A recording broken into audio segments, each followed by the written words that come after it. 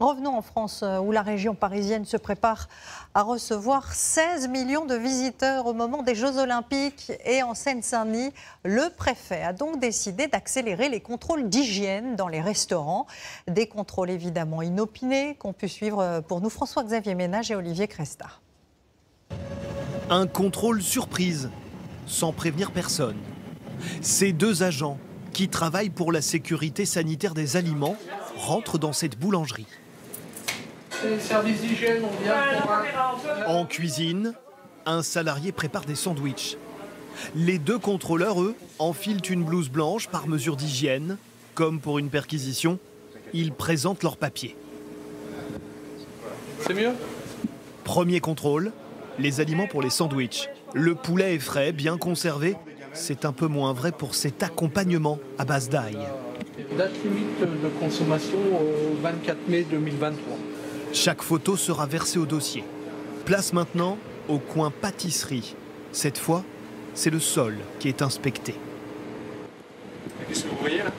Des déjections de rongeurs, déjections de souris dans les zones difficiles d'accès.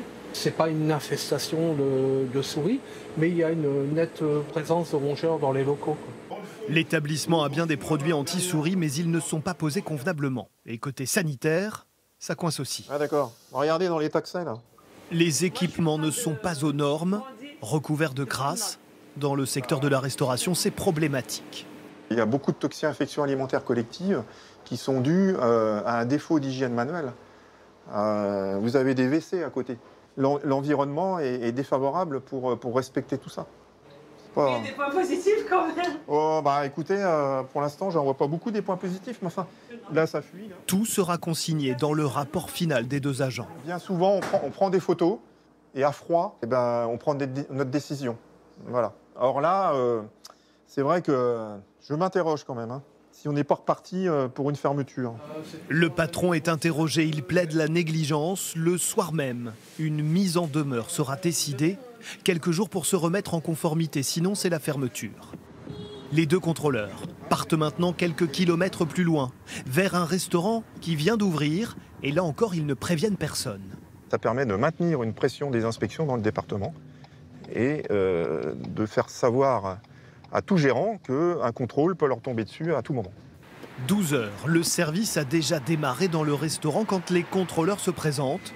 Premier coup d'œil, l'établissement semble répondre aux critères sanitaires de base. Un contrôle de l'établissement. Service d'hygiène. Mais au bout de quelques secondes, les contrôleurs se rendent au sous-sol, là où se trouve la cuisine, et l'impression générale va vite changer. Continuez à travailler. Hein. À peine les blouses blanches enfilées, le sol est inspecté. Des déchets alimentaires, de la saleté et des évacuations à même le sol complètement obstrué.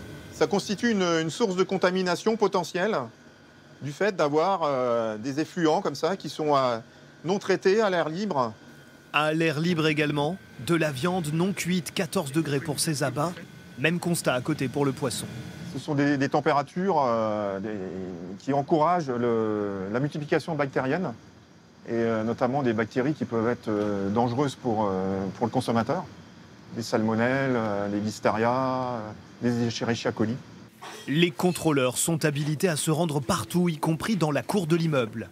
Dans cet abri sont conservés les récipients en carton pour la vente à emporter ainsi que des matières premières alimentaires. Là, sur le seau, on distingue les déjections de souris. Le patron n'est pas là. Un employé cherche en vain des documents prouvant la bonne tenue des règles sanitaires dans le restaurant. Pas de doute, l'établissement va devoir fermer en urgence sans passer par la case tribunal. La proposition d'arrêté de fermeture d'urgence sera chez le préfet au plus tôt ce soir et ça va être signé demain dans la journée et notifié dans la foulée au gérant. Donc fermé quand ici? Oh, ça va être fermé peut-être d'ici déjà demain soir. Le préfet, qui prend les décisions en urgence, multiplie actuellement les fermetures et n'hésite pas à rendre public sur les réseaux sociaux les noms des restaurants condamnables en matière sanitaire. Alors on a regardé vos chiffres. Un commerce ferme tous les 3 jours en Seine-Saint-Denis et un quart ne rouvrira jamais. Alors quel est le profil type et surtout quelle est votre priorité aujourd'hui? Eh bien, quand on fait des contrôles, finalement, on fait régner l'insécurité et c'est le rôle de l'État de pouvoir assurer et responsabiliser tout un chacun sur les contrôles. Il n'y a pas de profil type. En fait, ça serait beaucoup plus confortable à la fois pour le consommateur et pour nous de pouvoir rechercher un profil type. Malheureusement, ces dérives touchent tout type de commerce de bouche. Dans chaque département, une unité est dédiée au contrôle des restaurants comme des cantines d'école ou d'EHPAD. En Seine-Saint-Denis, les moyens ont été renforcés sur le terrain, mais aussi pour enquêter. Quand Xavier boucle plusieurs dossiers de fermeture en raison par exemple de cafards et d'autres nuisibles, dans le bureau d'à côté, c'est un dossier d'une toute autre ampleur qui mobilise Yannick.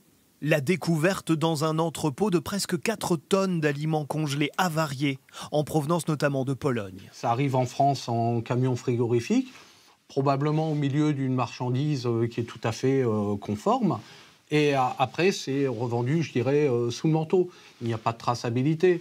C'est revendu en liquide. Et c'est déjà périmé. Oui, bien sûr, c'est déjà périmé. Là, en l'occurrence, depuis le mois de mai 2022. L'enquête vise à démanteler un réseau de revendeurs mafieux. Retour sur le terrain, nouveau contrôle.